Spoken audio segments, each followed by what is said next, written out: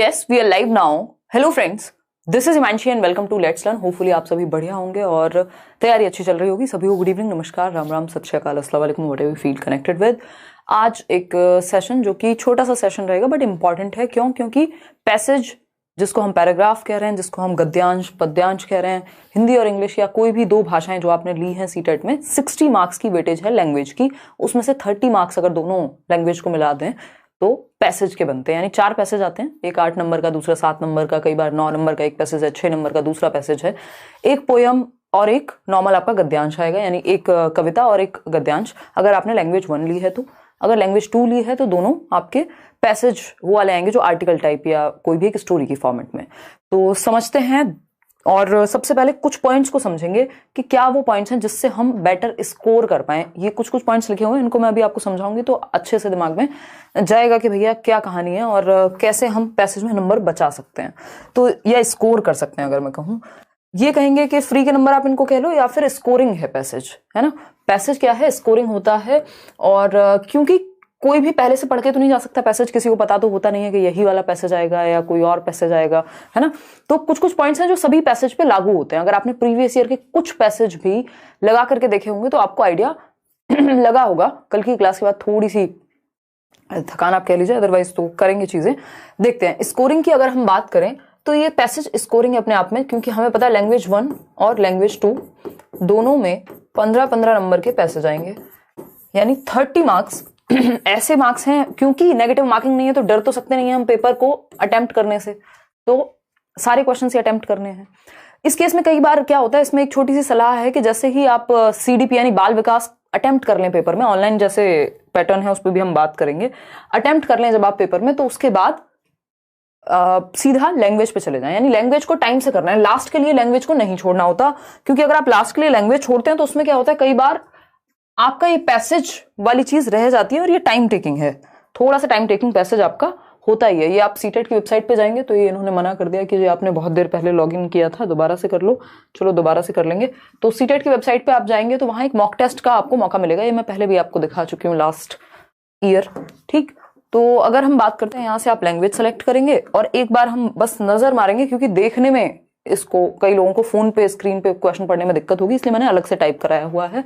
कल वाले सेशन में हम ये डिस्कस करने वाले थे. मान लेते हैं आप गए लैंग्वेज 1 पर और लैंग्वेज 1 आपने हिंदी ली हुई है ना, क्योंकि एक कविता आपको जरूर मिलेगी जो भी आपकी लैंग्वेज 1 होगी उसमें. ठीक, तो ये देशवासियों सुनो कुछ तो पूरी एक कहानी है, मतलब कहानी नहीं है, कविता है, और उससे रिलेटेड कुछ क्वेश्चंस आपके सामने हैं.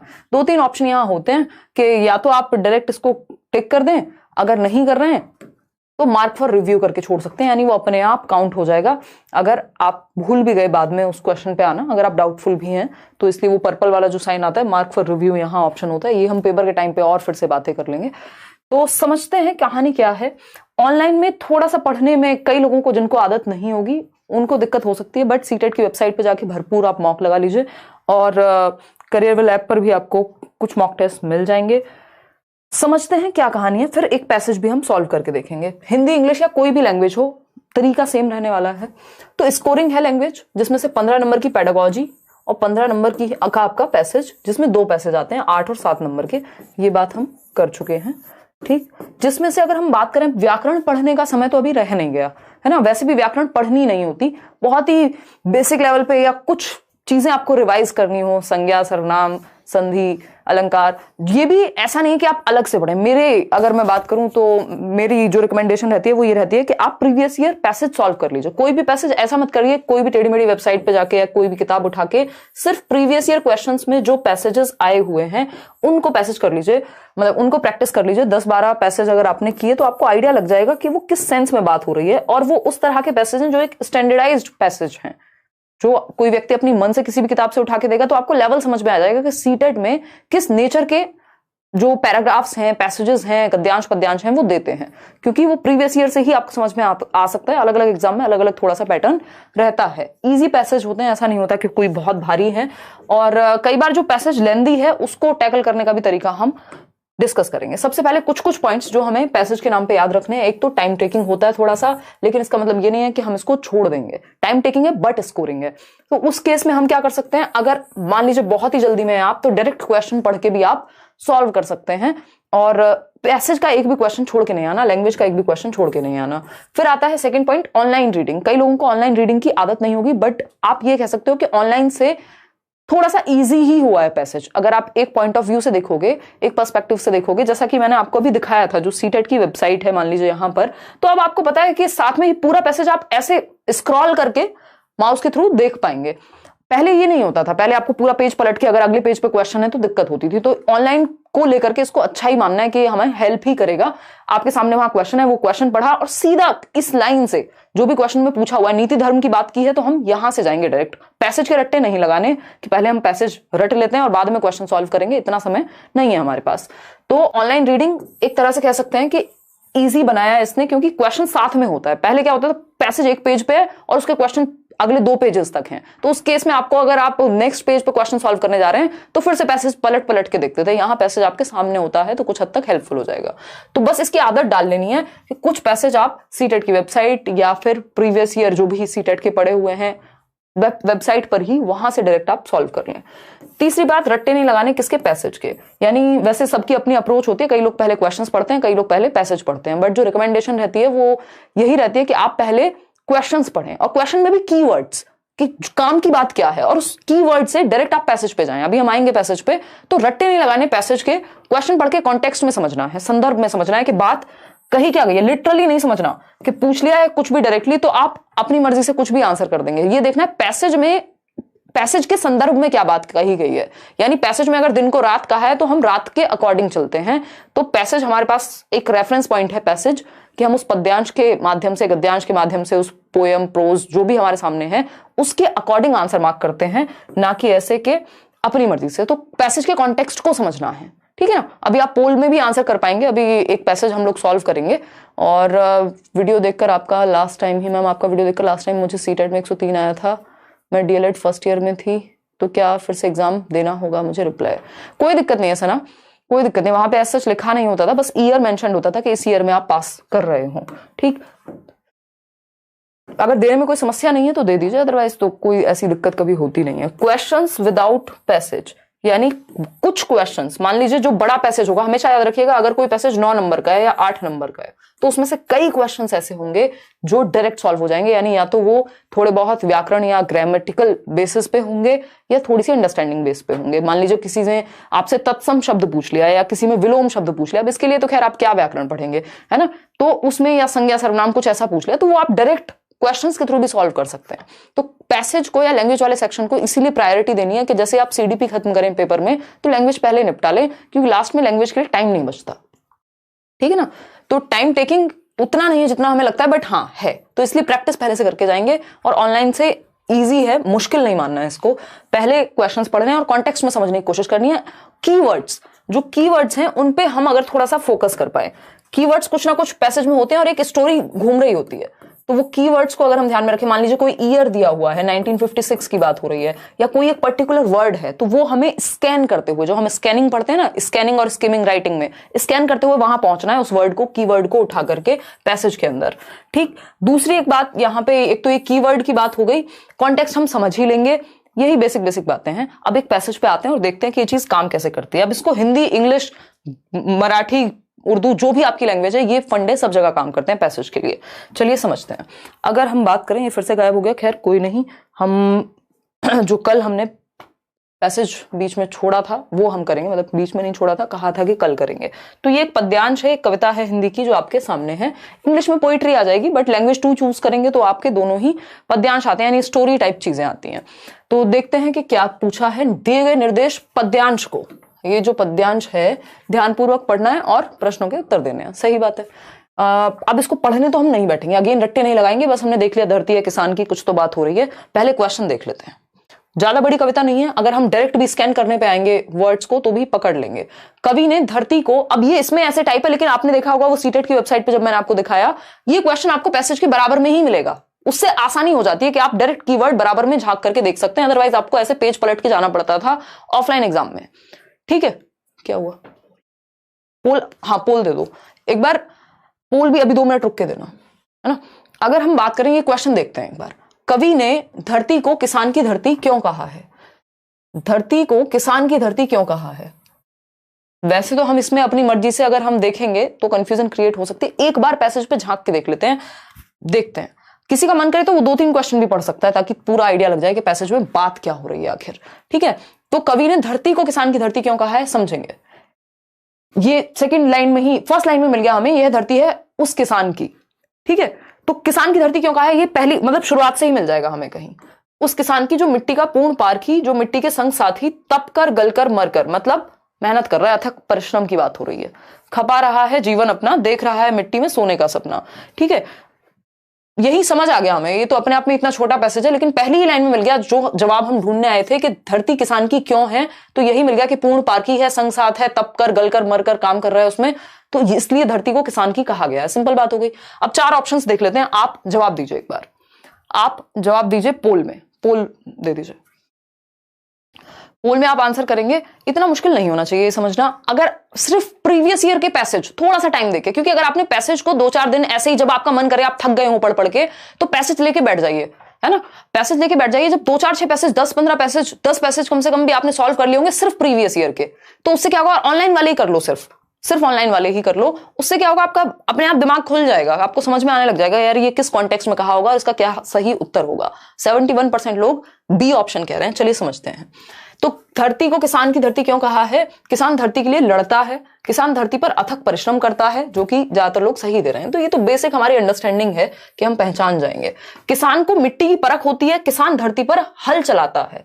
देखो, परख, हल चलाता है, ये अगेन परिश्रम की बात हो रही है ना। जो कॉन्टेक्स्ट है, जो संदर्भ है, जो सेंस निकल के आ रहा है, क्योंकि हम सेंस पे जाते हैं लैंग्वेज में, तो सेंस क्या निकल के आ रहा है कि बच्चा, जो किसान है, वो अथक परिश्रम करता है, इसलिए उसकी धरती कहा जा रहा है उसको। हमने लिखा हुआ था ना अभी, जब हम सेकंड थर्ड लाइन में पढ़ रहे थे कि वो तप कर जल कर गल कर, कुछ तो इस तरह का था, तप कर गल कर मर कर, मिट्टी के साथ ही वो लगा हुआ रहता है पूरे टाइम, इसलिए वो पूर्ण पारखी है, क्योंकि वो मेहनत करता है। तो परिश्रम की बात हो गई। ठीक, आगे बढ़ेंगे नेक्स्ट क्वेश्चन पे, देखेंगे पहले क्वेश्चन, बाद में पोल दीजिएगा, है ना। ये पोल हटा दो, नेक्स्ट पोल की तैयारी करो। अपने तन की खाद मिलाकर मिट्टी को जीवित रखता है, इस पंक्ति में रेखांकित अंश से क्या आशय है।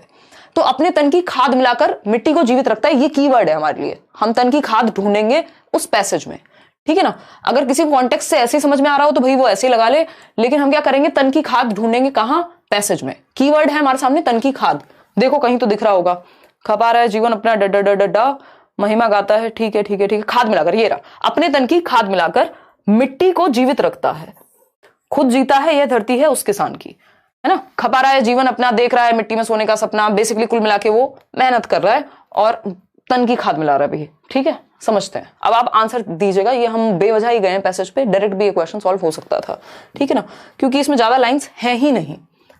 ठीक, एक बार देखिएगा और लाइक शेयर आप खुशी खुशी कीजिएगा अगर आपको सेशन पसंद आ रहा हो। थोड़ा सा प्रैक्टिस लगेगी पैसेज में, बाकी कुछ नहीं लगेगा, है ना। और अगर प्रैक्टिस ना भी करके गए हो तब भी पैसेज मत छोड़ना, क्वेश्चन तो कोई भी नहीं छोड़ना जब नेगेटिव मार्किंग है ही नहीं। थोड़ा कॉमन सेंस भी हम लगाएंगे अगर, और ये स्कोरिंग चीज है। अपने तन की खाद मिलाकर सबके फुल मार्क्स तो नहीं आते पैसेज में, ये कहना तो गलत होगा, क्योंकि एक आध दो गलतियां हो जाती हैं, बट ऐसी गलती नहीं होनी चाहिए जो एक तो हमारा टाइम ज्यादा ले जाए, और दूसरा होनी ही नहीं चाहिए थी, मतलब वो सेंसलेस, एकदम सिली मिस्टेक कहेंगे। सी ऑप्शन कह रहा है 86% लोग। चलिए समझते हैं। तो अपने हाथों से सिंचाई करना, रासायनिक खाद का प्रयोग करना, अत्यधिक परिश्रम करना, या रासायनिक बीज बोना। अगेन बात कहां से निकल करके आती है बताओ, किसी ने तो क्वेश्चन पूछा है, एक मिनट रुकना। साहिना परवीन मैम, 12th में 49.6% मार्क्स हैं, तो किस कैटेगरी में 40, तो आप 50 में भर सकते हो, 50 में भर सकते हो, कोई दिक्कत नहीं। और ये सीटेट के फॉर्म से कोई आपको दिक्कत होने वाली नहीं है, 50 में भर सकते हो। और अगर 45 का ऑप्शन है, आपको रहना है सेफ साइड रहने का मन है, तो आप वो भी कर सकते हो। दोनों में से कुछ भी भर दो, कोई दिक्कत नहीं। 50 भर दो, वो तो वैसे ही राउंड ऑफ करके जो है। मार्कशीट में क्या लिखा हुआ है, सेकंड डिवीजन लिखिए, थर्ड लिखिए। अगर सेकंड लिखिए तो फिर तो वही आपका 50% वाला ऑप्शन टिक करो, अगर थर्ड लिखी है तो फिर आप 45 वाला ऑप्शन वो करो। क्योंकि कई बार होता है कुछ मार्कशीट्स में, ये जो यूनिवर्सिटीज हैं वो कर देती हैं, क्या कहते हैं इसको, राउंड ऑफ कर देती हैं। देखिए, अपने तन की खाद मिलाकर मिट्टी को जीवित रखता है, इसका सिंपल मतलब अगेन वही आ गया कि परिश्रम करता है, घुमा फिरा करके बात वही आ गई, ठीक है ना। अपने हाथों से सिंचाई करता है, ऐसा वहां कोई सेंस भी नहीं निकल के आ रहा, तो अगेन सी ऑप्शन पोल दिया था, हाँ सी ऑप्शन ही सब लोग कह भी रहे हैं, कोई दिक्कत नहीं है इसमें। आगे बढ़ेंगे। नेक्स्ट है किसान अपना जीवन किसमें लगा रहा है। अब तो हम इतना जान चुके हैं इस कविता के बारे में, कितनी बार पढ़ते रहेंगे। प्रकृति का आनंद लेने में, मिट्टी के साथ खेलने में, मिट्टी की पहचान करने में, या अन्न साग सब्जी उगाने में।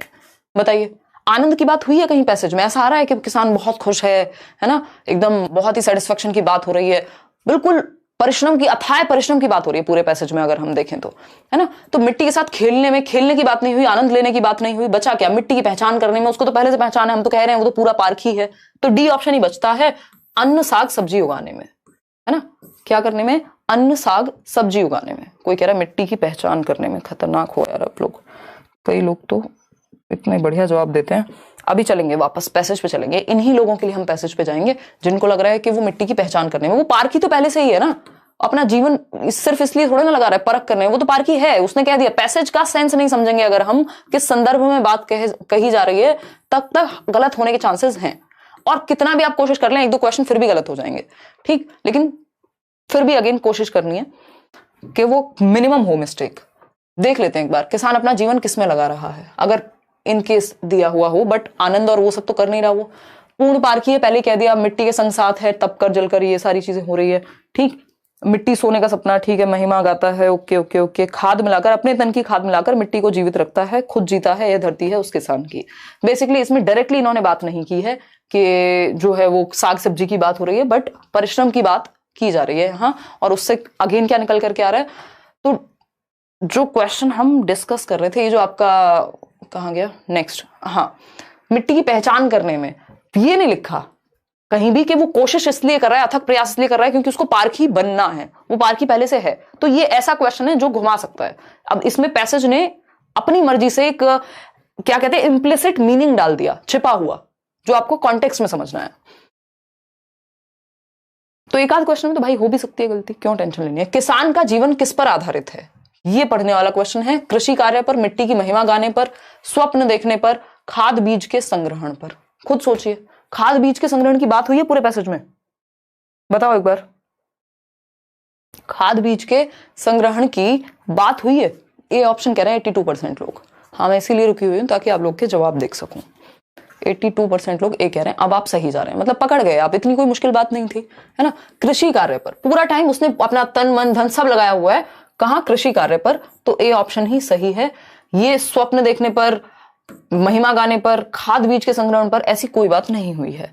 सेंस निकल रखे, सिंपल आ रहा है। दोबारा हमें पैसेज की तरफ देखने की भी जरूरत नहीं है। निम्न में से कौन सा लयात्मक शब्दों का उदाहरण है? अब ये ऐसा क्वेश्चन है जिसके लिए पैसेज बिल्कुल ही नहीं पढ़ना। लयात्मक यानी जिसमें एक लय का भाव हो, एक रिदम कुछ क्रिएट हो रहा हो। अपना सपना, मनी मनी, है ना, ऐसा एक मूवी है ना कोई, तो ये पता नहीं कोई तो गाना है, तो मेरे को अपना सपना पढ़ के यही याद आया। तप गल, गल मर, गल मर नहीं होगा, गल मल हो सकता था, बट ये लयात्मक नहीं है। तप गल भी क्या है? लयात्मक नहीं है, ठीक है ना। तप का कप हो सकता था, गाता जीता नहीं, गाता जाता होता तो समझ में आता। तो ये तो फ्री का नंबर है, मतलब अपना सपना, लड्डू क्वेश्चन है एकदम, ठीक है ना। अपना सपना, ये क्या? लयात्मक है, एक रिदम क्रिएट हो रहा है। नेक्स्ट क्वेश्चन है कौन सा शब्द भिन्न है? अब ये देख रहे हैं आप, इसमें कोई पैसेज नहीं पढ़ना। शुरुआत के एक क्वेश्चन के बाद वैसे जनरली हमें पैसेज पढ़ने की जरूरत थी नहीं, वो हमने एक्स्ट्रा में अपने मन की शांति के लिए पढ़ा था क्योंकि पैसेज छोटा था, ठीक है ना। कोई दिक्कत वाली बात नहीं है। बताओ कि वीकली टेस्ट समेटिव में आएगा या फॉर्मेटिव में आएगा?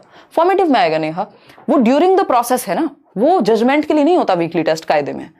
बाकी डिपेंड करेगा क्वेश्चन ने किस तरह से किस चीज को पूछा। सारा खेल पेडागोजी में भाषा का है ना। डायरेक्टली पूछोगे तो यही होगा इसका। कौन सा शब्द भिन्न है यानी डिफरेंट है बाकी तीनों से। ऑड वन आउट, तपना, गलना, सपना, रखना, ये सब एक स्टेट की बात कर रहे हैं। तपना, गलना, सपना। आंसर कर रहे हैं आप लोग? दिया इसका पोल? अच्छा, 48% लोग डी ऑप्शन कह रहे हैं। यार एक स्टेट की बात हो रही है ना, तपना, गलना, रखना। सपना इज अ डिफरेंट थिंग, यहां dream. Odd one out, D option. आगे बढ़ेंगे, अब यहां से आपकी पेडागोजी शुरू हो गई।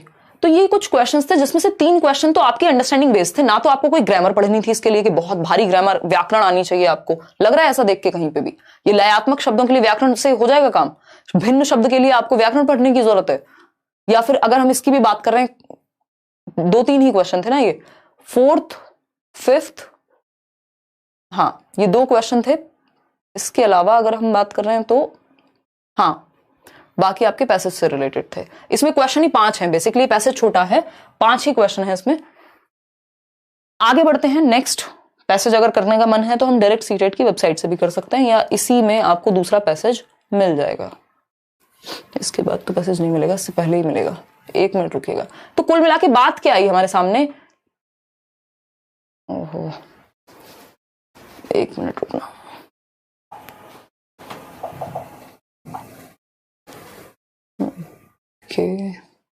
अभी हमें 2-3 चीजें समराइज कर लेते हैं फटाफट से। इंग्लिश में भी कहानी यही रहेगी, अभी देख लेंगे इंग्लिश वाला पैसेज भी एक बार नजर मार लेंगे।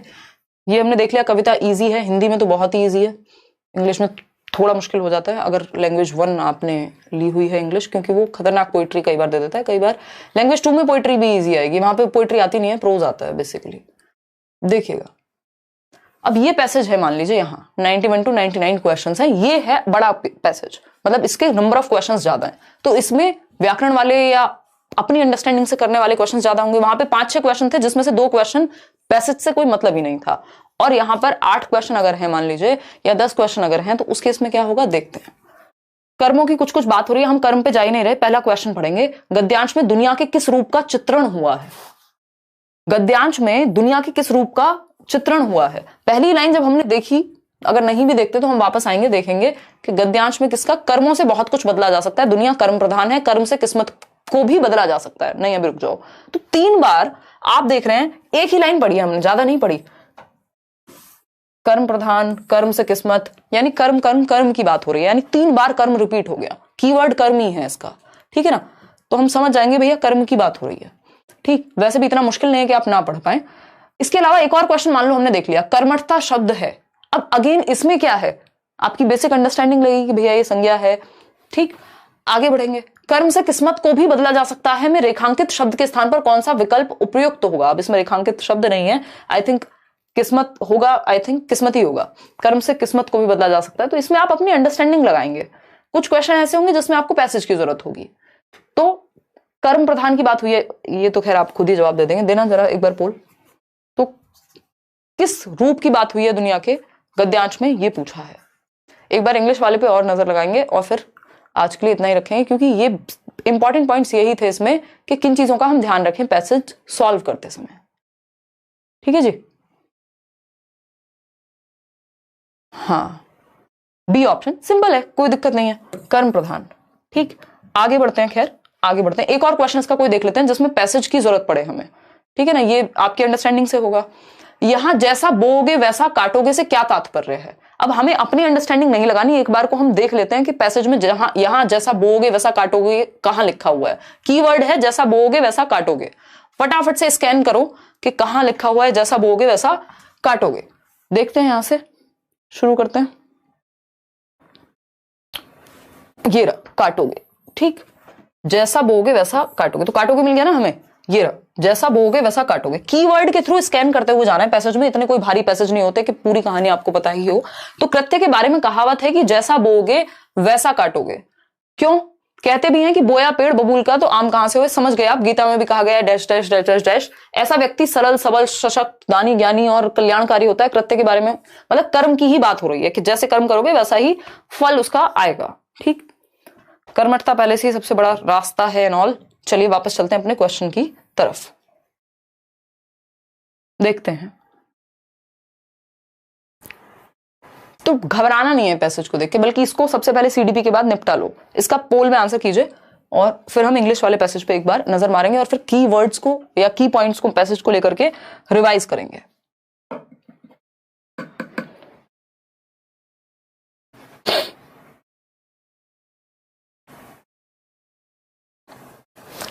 सिंपल है, सी ऑप्शन ज्यादातर लोग कह रहे हैं। देखिएगा, समझते हैं। यहां जैसा बोओगे वैसा काटोगे। जैसे बीज बोते हैं वैसे ही फसल होती है। क्या ये बिल्कुल टू द पॉइंट बात हो रही है? ये लिटरल बात हो रही है? यहीं पे संदर्भ की बात कर रही थी मैं कि हम कॉन्टेक्स्ट समझें। फसल की बात नहीं हो रही है, कर्मों की बात हो रही है, रिजल्ट की बात हो रही है, परिणाम की बात हो रही है। जैसे बीज होंगे वैसे ही फल होंगे। ये अगेन फसल पे ले गए इसको सीधा। जैसे कर्म होंगे वैसा ही परिणाम मिलेगा। यही बात पैसेज में हो रही थी। कोई किसान के बारे में तो चैप्टर था नहीं कि जैसे बीज बोगे वैसी फसल काटोगे, ऐसी बात तो नहीं हो रही थी। जैसे कर्म होंगे वैसा परिणाम नहीं मिलेगा, ऐसा भी नहीं था। तो सी ऑप्शन सिंपल है। एक बार अपने कीवर्ड फिर से रिपीट करेंगे और फिर इंग्लिश का पैसेज एक बार देख लेंगे। देखिएगा, स्कोरिंग है पैसेज, नो डाउट।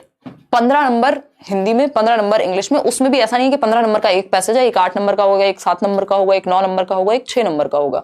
तो उस केस में आपके पास ज्यादा चॉइस हो जाती है कि 2 पैसेज हैं, तो एक में मान लो 1-2 क्वेश्चन गलत भी हो गए, दूसरे में वही कवर कर सकते हो आप, ठीक है ना। तो पैसेज स्कोरिंग है, छोड़ के बिल्कुल नहीं आना, क्योंकि 30 नंबर बहुत बड़ा मार्क है और नेगेटिव मार्किंग यहां है ही नहीं। तो जिस पेपर में नेगेटिव मार्किंग नहीं है वहां तो बनता भी नहीं है कि पैसेज छोड़ें। और टाइम इतना भी कम नहीं होता कि आप पैसेज ना पढ़ पाए, 2.5 घंटा इनफ है 150 क्वेश्चन के लिए, ठीक है ना।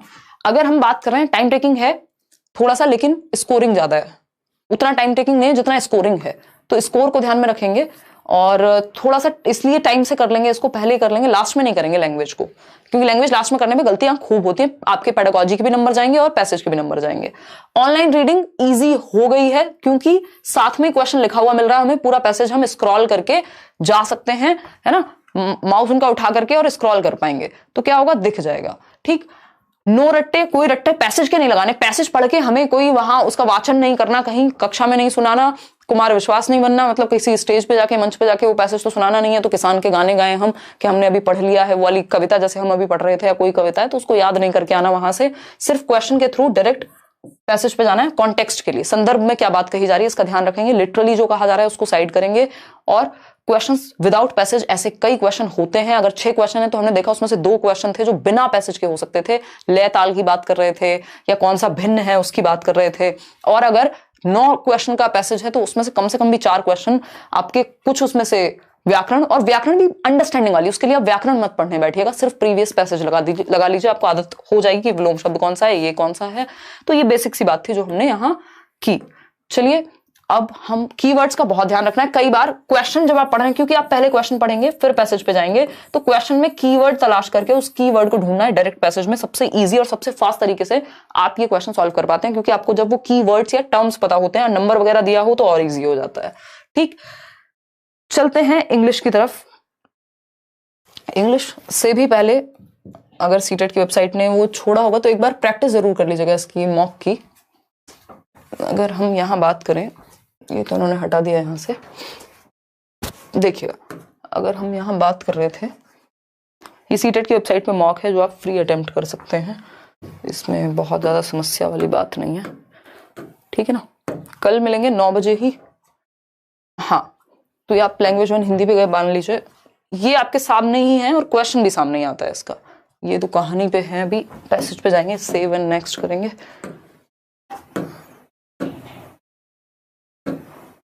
ये रहा, तो ये पैसेज है। और इसमें अगर आपने चूज कर ही लिया, गर्मी में मान लेते हैं, अभी तो हमें नहीं पता, यहां से पहले ही लैंग्वेज क्लिक करनी पड़ेगी।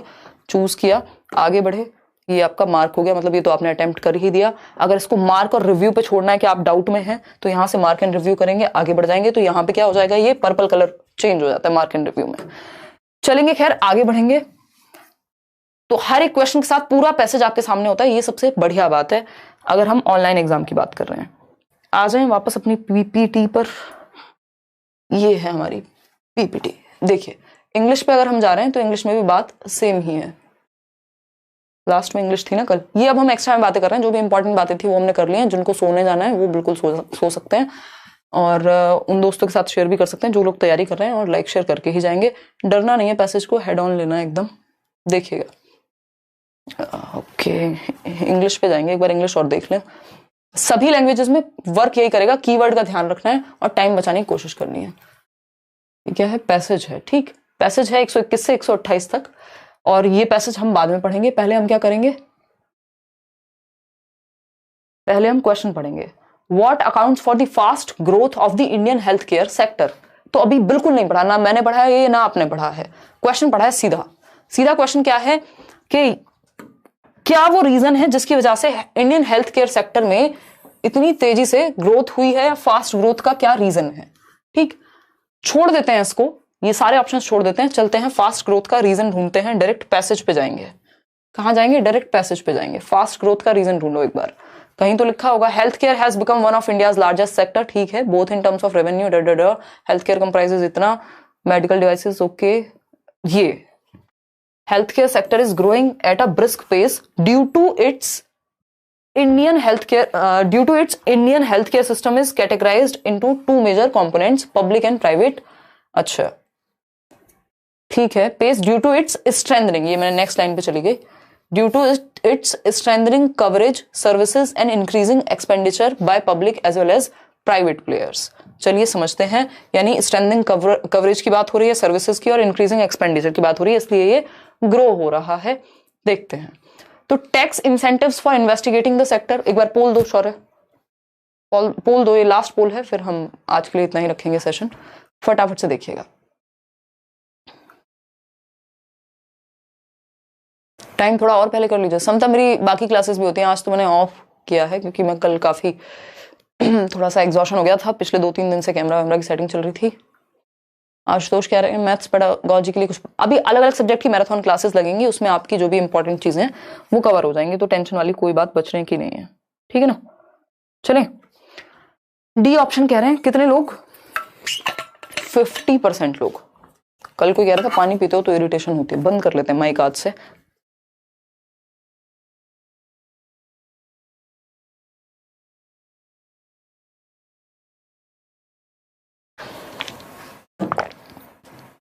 डायरेक्ट डी ऑप्शन को देख लेते हैं. Quality treatment and liberal expenditure by public and provide players. Public and private players होगा ये. ठीक. तो अभी यही हमने पढ़ा था जब हम बात कर रहे थे कि इसकी जो ग्रोथ है वो क्यों है.